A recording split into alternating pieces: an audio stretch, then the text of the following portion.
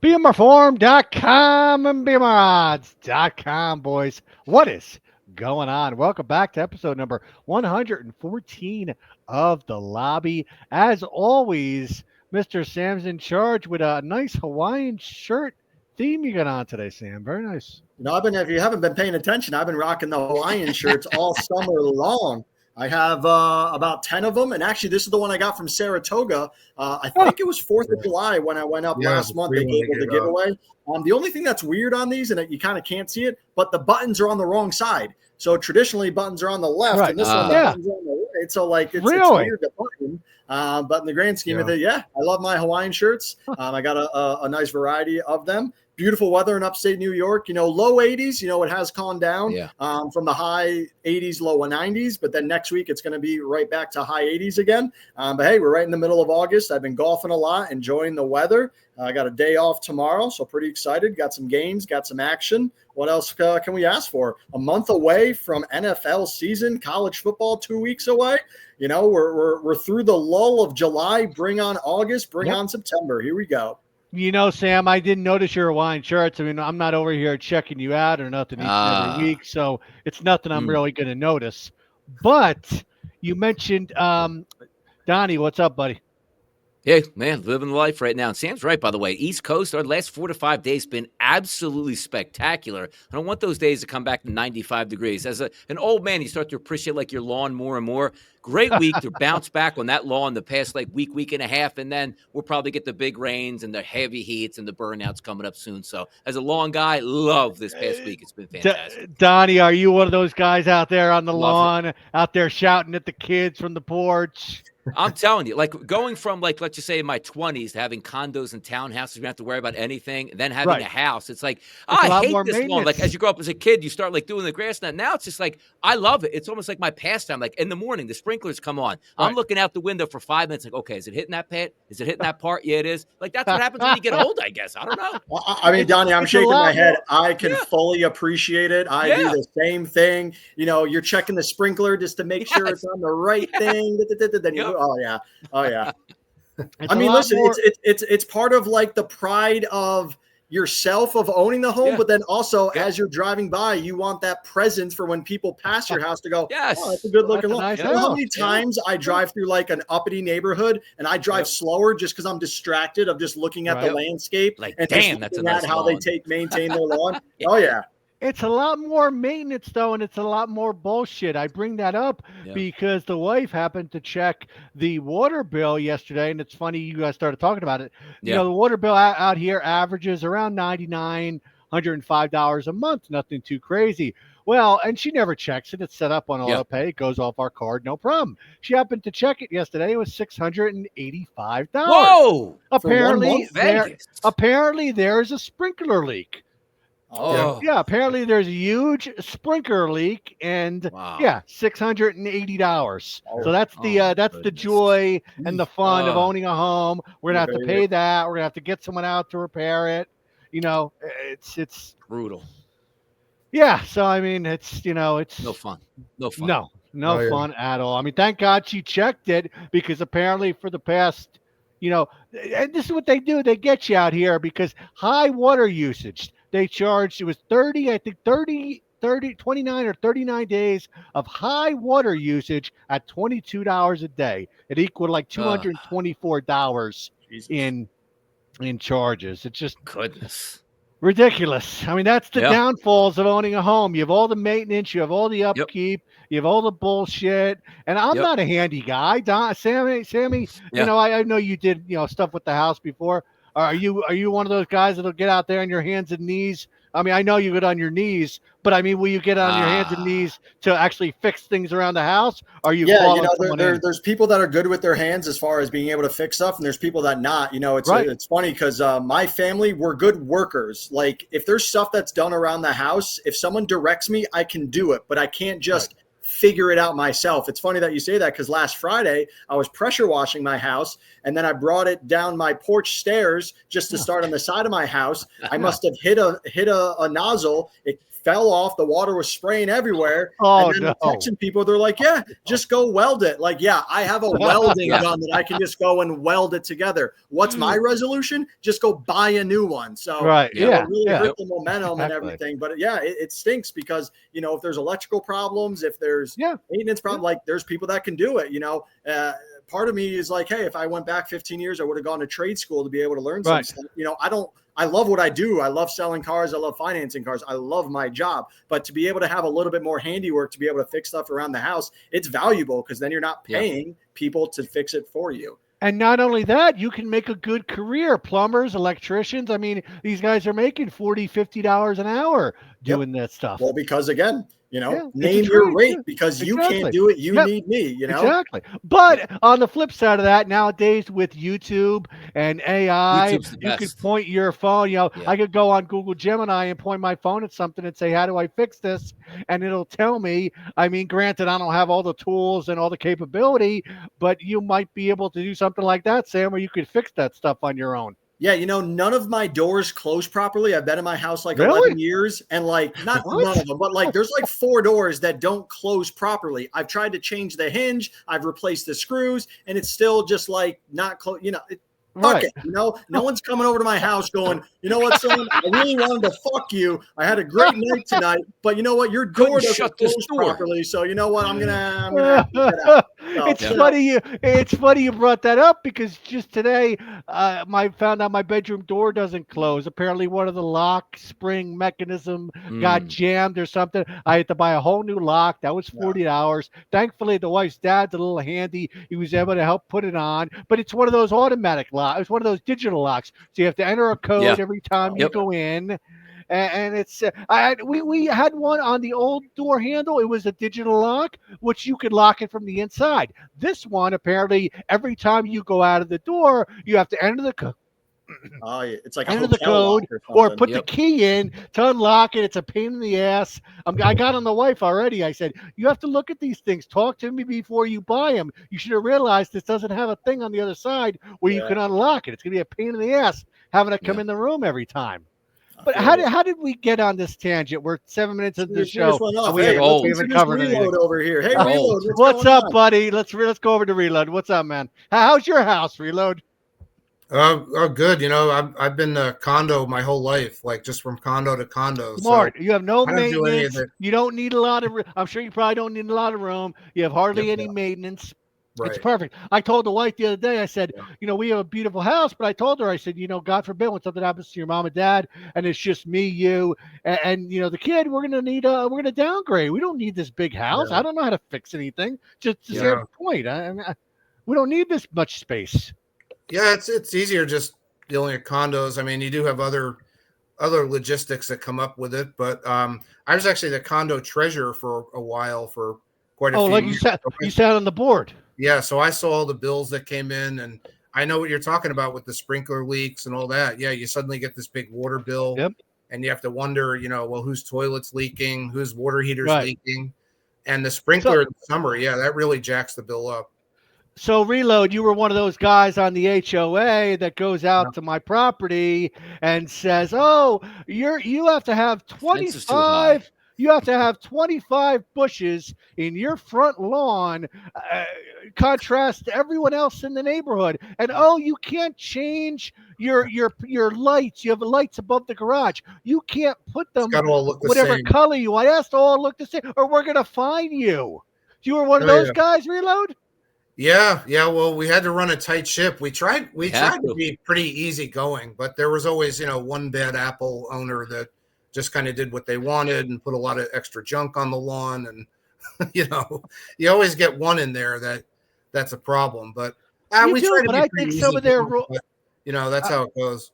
I think, we pay, I think $130, $140 a month, and some of their rules are just asinine. You have to go through. You have to, maybe it's more. I don't know. The wife pays it. Maybe it's $190. I don't know. Insurance alone will run any condo that much. An owner really, it's tough, but there's conveniences with it too. Like at least you don't have to do your own handiwork and everything. So exactly, that's what I'm saying. There's a lot more. Yeah, I'm not handy, but I think being the condo treasurer, at least I got a sense of what a lot really cost out there. And, you know, what you do have to shop around sometimes for different maintenance people and all that. So you do learn some things that, you know, if you own your own house someday, at least you kind of know what's going on out there. Yep. Exactly. Well, we're 10 minutes into the show and we haven't covered one sports topic. So for anyone who's watching still, for anyone who's still watching, thank you. And let's dive into it, Donnie. Let's talk some daily MLB. I know some games are already underway today. How's it been and what do you got tonight? Yeah, pretty good. Waiting on this. I like the Mariners this afternoon. Need them to get at least one more run for a parlay here. They have two after a 2-run home run by Randy Arozarena. But there is some pretty good stuff that we have tonight. The Pittsburgh Pirates, again, it's only a 4-game sample size. You're not going to go crazy. But Paul Skeens is on the mound. He's the better pitcher. But there's no way, shape, or form I'm taking the Pittsburgh Pirates full game at that number. Let's just say 175, 180, 190. So run line Pittsburgh Pirates first 5 innings does make a little bit of sense at a minus 135. Because put it this way, if Pittsburgh is losing after 5 and you already used up Skeens, they're not going to win that baseball game. You're betting on Paul Skeens being the better pitcher means like 5-6 innings, 1 earned run, and you hope that the Pirates can scrape out a couple runs there. It's the one I took. But also, I really like the Marlins this morning. Marlins are like minus 110, minus 115 price. They're like minus 135s, minus 140s now in the marketplace. I think the Marlins handle their business. Yuri Perez, pretty good pitcher. Carlos Carrasco, not a good pitcher. And we'll just sit on that. And by the way, the Braves just cooked, man. That is a bad baseball team. I think the Marlins take care of them tonight. All righty, Donnie. Reload. Let's jump over to you, MLB. What do you got? Yeah, well, Donnie made some good points there. I am actually going to go with the Reds, though, in that game. Cincinnati Reds plus 140. Yeah, it's a tough call tonight. The card's pretty short, but this one jumped out. You know, I think the Pirates, you know, they were scoring all those runs in Colorado and everything, and now they're kind of back home and lost 2 or 3 to the Giants. Only scored 8 runs in those 3 games combined. So, yeah, I think they've kind of come back down to earth, and the Reds have held their own on the road. They took 2 out of 3 from the Cubs in Wrigley. They took 2 out of 3 from the Mets a couple weeks ago in Citi Field. So I think the price is pretty nice here. I think it's an overlay to take the plus 140. I think it'll be a close call, though. The Reds squeak it out. All righty. Thank you, Reload. Sammy, last but not least, MLB. What do you got? You know, Bobby, you talk about 10 minutes of talking to non-sports, but you know what? It relates probably to most people that are watching it. You know, we're just, hey, we're just 4 adult humans that also just gamble on the side. You know, Donnie's a professional, Reload's a professional. But, you know, you got most people that are just average people that are also gamblers, but are also just trying to survive day to day. So I think that first 10 minutes is probably very relatable. But to Donnie's point, you know, if you're worried about betting Skeens for the whole match, maybe just take the Pirates in the first 5 innings. And then when the bullpen comes in, you don't have to worry about that. But then the other fear is that will Pittsburgh score 1 run or something like that. Yeah. I actually have Gilbert for Seattle on my fantasy baseball team, so no action there, obviously. But you know, he's throwing a gem right now, 4 innings, no earned runs, so that's good for my fantasy baseball team.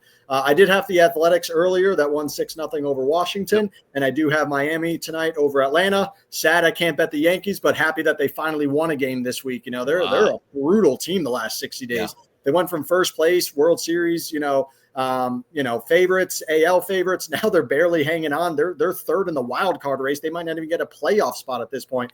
But we still got about 45 days to go. A lot can happen, but they need to turn some things around because they went from first to out of the playoffs real quick. Thank you, Sammy. Donnie, let's talk some NFL preseason week number 1. Your Eagles are playing tonight. What do you got?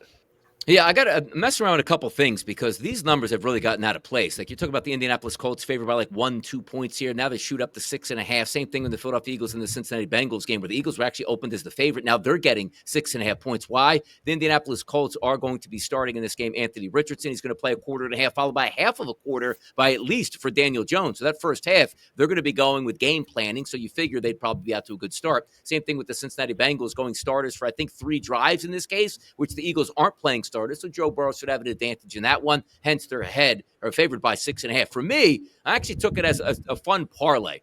In the first game, Indianapolis and Baltimore, I just took Indianapolis to throw 1 touchdown pass for the game. Doesn't matter who it comes from. Just 1 touchdown pass as a team. Figuring that if you're going to have your starters in for the first half, or at least your starting quarterbacks against backups, you better be able to throw at least 1 touchdown pass. And even if they don't, you have the whole second half with backups to try to get that done. Then the Philadelphia Eagles game, I'm sort of buying off of it's the first team to get the 5 points or more, which means a touchdown would get that, 2 field goals will get it. If I have Joe Burrow for 2 drives, there's a really good chance he's probably going to score a touchdown against the Eagles backups, or at least a field goal at that point, and then just leave it up and say, okay, let me just have one more field goal there before the Eagles get a touchdown. I played that and parlayed it together. It's a plus 118 price just for some fun tonight, but it is interesting to see. These lines move so much just based on the information of one team's going to play starters, the other team's not, and away we go.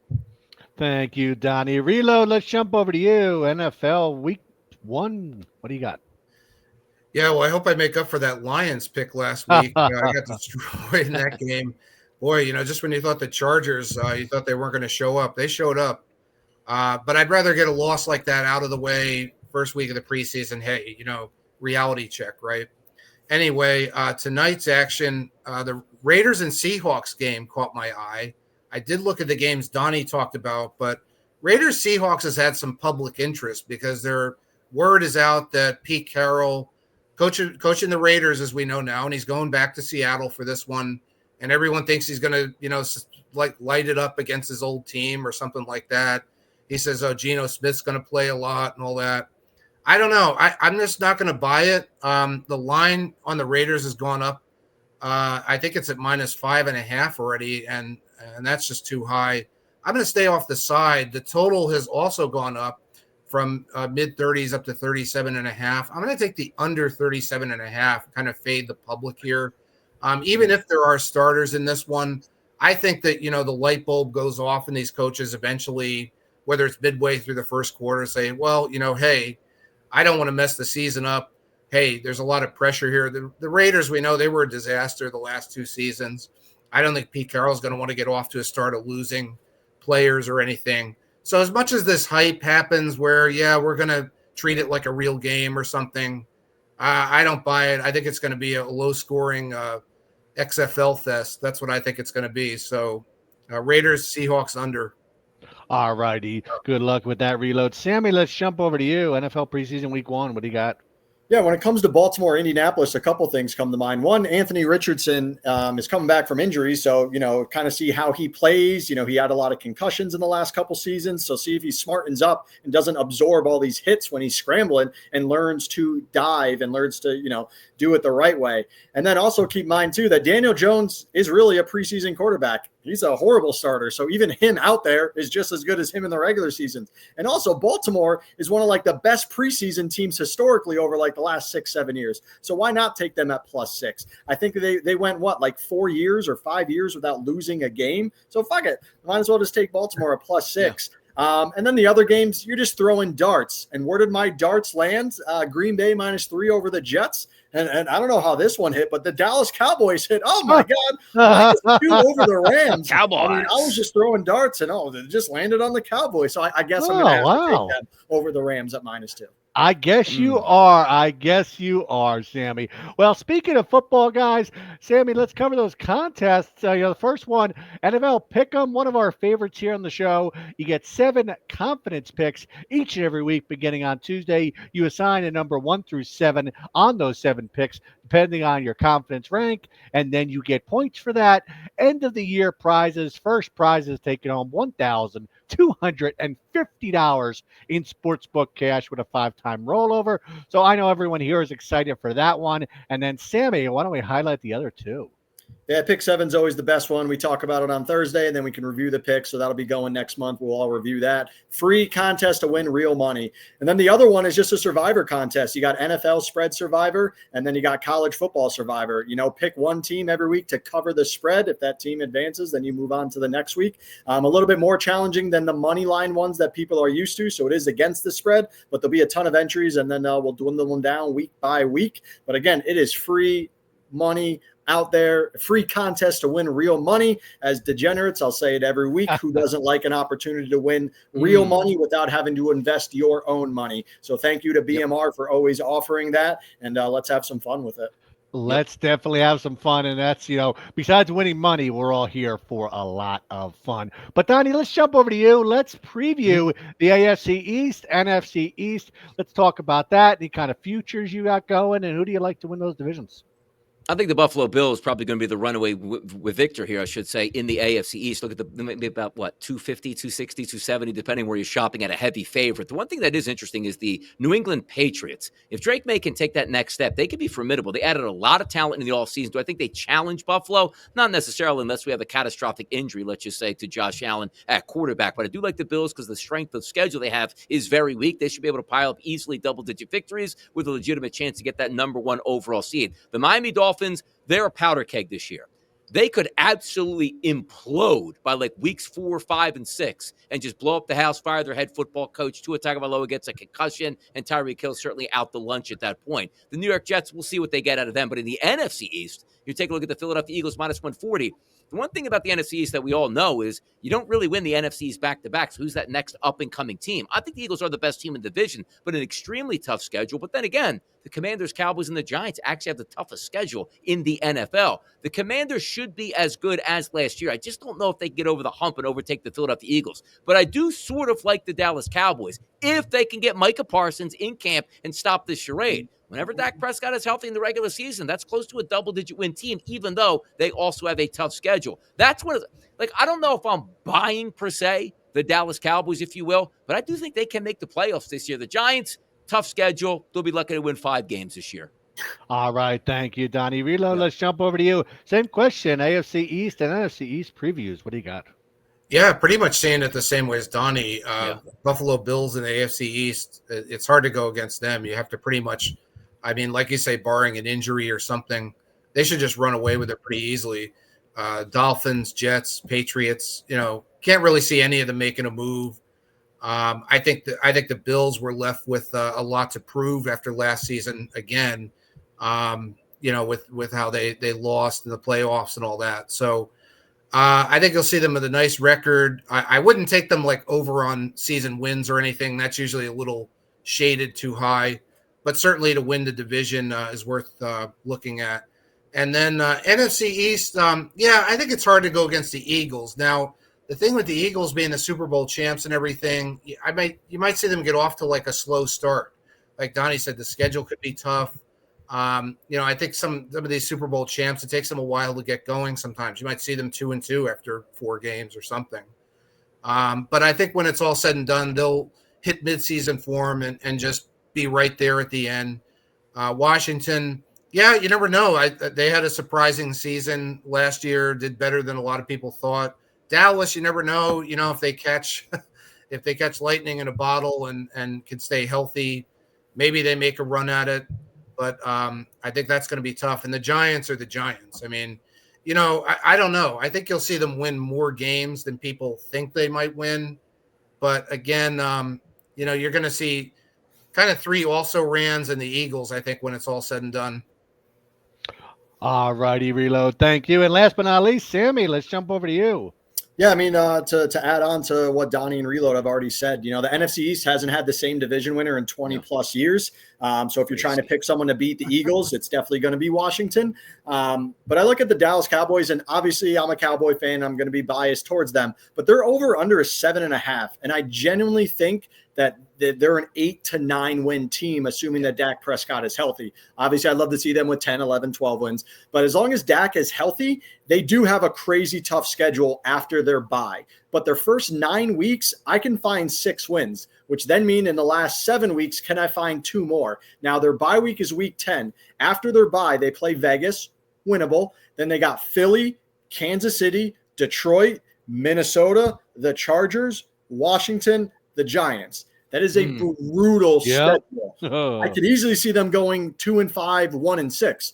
Or if they're better than expectation, maybe they get 3-4 wins out of there. But that is a brutal end of the year, which means that the first 9 weeks, they better go 6-3 or 7-2 to even have a chance. If they're 5-4, 4-5, no way they hit that total. But for that first 9 weeks, I see them getting 6 wins, and I can see them getting that 8 wins on the year. But they definitely have a brutal schedule, and their team strictly relies on Dak Prescott being healthy. Obviously, I'd love to see Micah Parsons. You need to have a strong defense. But if they don't have an offense, there's no way that they're going to do it. We saw that last year. We saw it, 4 years ago when Dak wasn't healthy. But 2 years ago, Dak almost was the MVP of the season, and we could see what that offense can do. And then the Giants, they're horrible. They stink under 5.5. should be a solid bet. I did win on that last year for $500, and I'm probably going to do a nice future again on the under.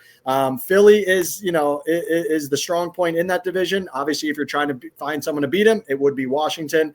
And then on the AFC East, Buffalo is the leader. They've been that way for 7 years. No way to not think that Josh Allen offense is going to keep that going strong. And then you could probably find 2 winning picks in the Jets under 6.5 and the Patriots under 7.5. And I will say the Patriots under 7.5 is plus 140. So they're really saying that they're going to be 4 wins better than last year.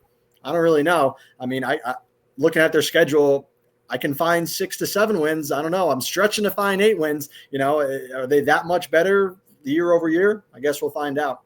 Yeah. All righty, Sammy. Thank you. And for my poker fans out there, poker will be returning next Sunday, August 17th. Guys, will be our first poker tournament series event of the new series. As always, each and every week for 12 weeks.